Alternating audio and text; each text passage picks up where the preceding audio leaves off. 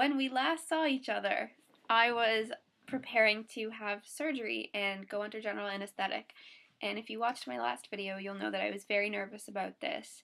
And I was so worried that something bad would happen under general anesthetic because of POTS and all the effects that it has on me, especially because a lot of my POTS symptoms manifest themselves in ways that are cardiac. So you can understand I was pretty nervous. But I'm really happy to report that everything went fine.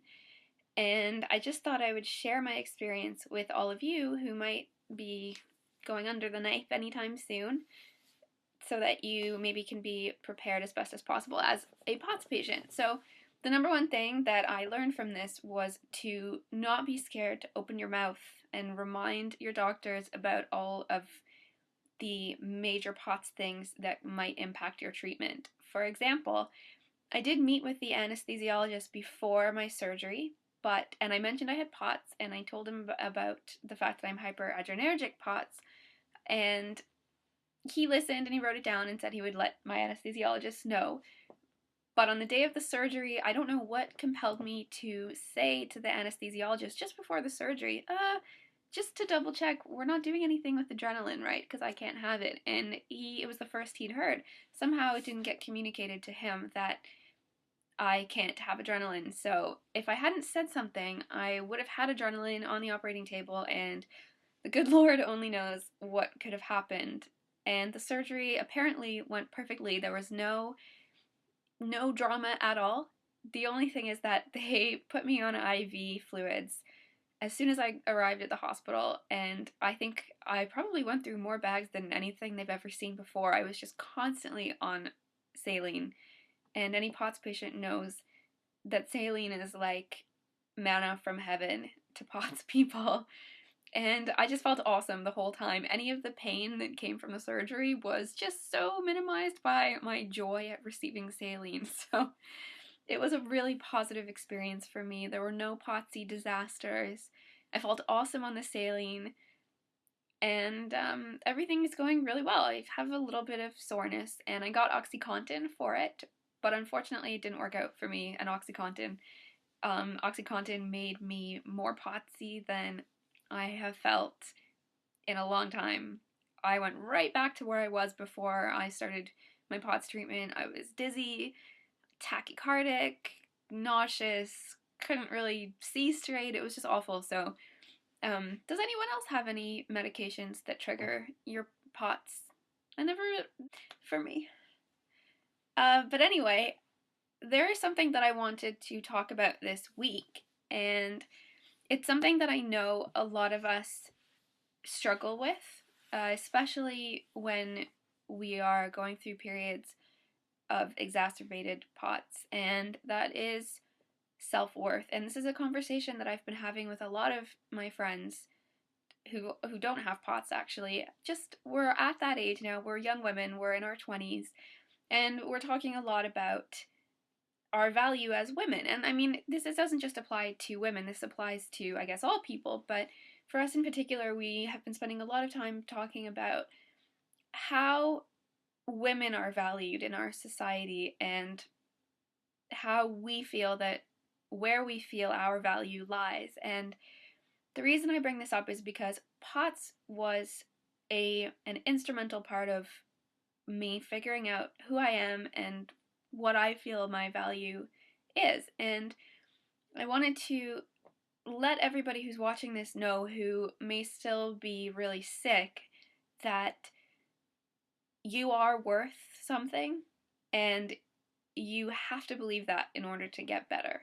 And I was in a very, very dark place after I got diagnosed, and I hadn't found a treatment that worked. I couldn't walk, I couldn't go out, I couldn't do anything except lie on the couch and watch daytime TV, which sucked. Not that I have anything against Ellen, but you can only watch her in a couple of time zones before you start wanting to cry. So, at that time in my life, I felt that there was no point to my life. I was just this lump lying around, feeling miserable.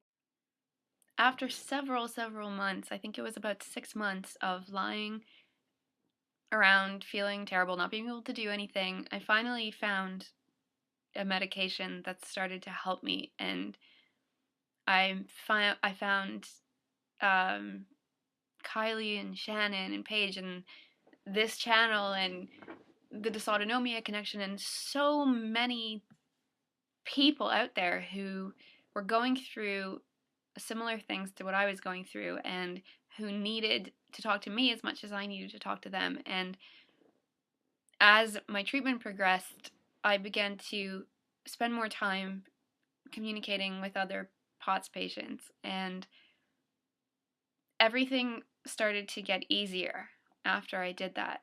So I want you all to know that if you're watching these videos and you haven't started to get better yet, being on medication is one part of getting better, and obviously finding a treatment that works and makes you physically feel better is your number one priority, and rightly so. It's mine too. But part of your journey when you are chronically ill, especially with something like POTS that hits you when you're young and you should be going out and being a completely different person than where you are now. When you're sick, part of your responsibility to yourself and to your understanding of your self-worth is to help others. And I know that sounds very like I'm giving everybody this general directive that this is what you must do. And it's not the case. You don't have to. But if you want to get better faster, this is something that has to be part of your journey. Don't just watch these videos, because I remember they helped me so much when I was really sick. But it was only when I really started talking to other people with POTS that I kind of became stronger and braver and more compassionate, and I wanted to help other people, and that's so important. That helps you take the focus off of your pain and your suffering and ties you into other people in a way that brings you back to life. And thankfully there are awesome ways that you can get in touch with other POTS patients. You can do it through this channel. You can get in touch with any of us, Kylie, Paige, Candace, myself. If you don't know anyone else besides us and you'd like to, we between us know enough POTS patients now that we can maybe help you guys meet other POTS patients. There's the Dysautonomia Connection. If you don't know it, Google it. That is a message board that you can use and meet loads of people with POTS. And there's the Facebook group where you can do the same thing. This stuff didn't exist when I first was diagnosed. It was just me and my POTS and chronically Kylie, and thank God for her. Now there are so many ways for you to meet other people with POTS, and communicating with them is key. So I really encourage you. This is my challenge to you guys this week. If you haven't spoken to another person with POTS, do it. Go onto the Dysautonomia Connection, introduce yourself. Go onto the 5 Awesome Potsies Facebook page or the Dysautonomia Connection Facebook page. Make a post. Do something to put yourself back into the world. And you'll see that the more you do that, the easier things get. And it doesn't mean that you're magically going to feel better physically, but you will start to feel better emotionally. And not feeling so isolated and alone has an impact on how you feel physically. And I know I can't prove that medically, but through my own experiences, I just know that it's true. And changing your attitude from one that is just feeling sad about where you've ended up, which is, we all could have days like that, but it's really important to change your attitude so that you are feeling as though if you can't do it, then there are people who can help you do it. And that is true. That's always, always true. So I wanted you guys all to know that when you are chronically sick, how you think about yourself and how you value yourself has to change. I used to value myself as I was in film school, and I thought of myself as a film student who could go out there and I was making documentary films at the time, and that was what I loved, and that's how I identified myself. And I can't do that anymore. I can't be on a film set anymore. That part of my identity is gone. And I could spend time crying over that, but I've already done that and it didn't help.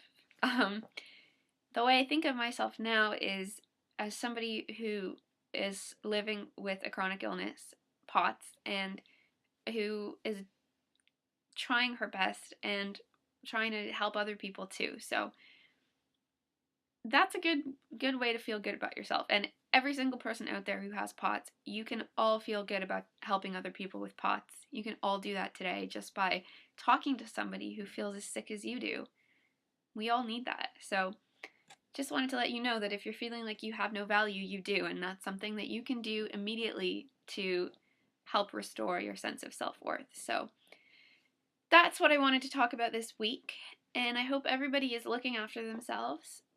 And just to answer Paige's question about diet really quickly, I have been doing awesome with avoiding sugar, and I'm feeling so much better for it. So anybody out there who is eating sugar and feeling crappy, stop eating sugar. It's hard, but after about 2 weeks of doing it, your body starts to naturally not even want it anymore. So that's all I got for you guys this week, ladies and gentlemen. And I look really forward to hearing from you all and maybe watching some response videos because I have some downtime now. I actually can. And I will see you guys all soon, and take care. Bye.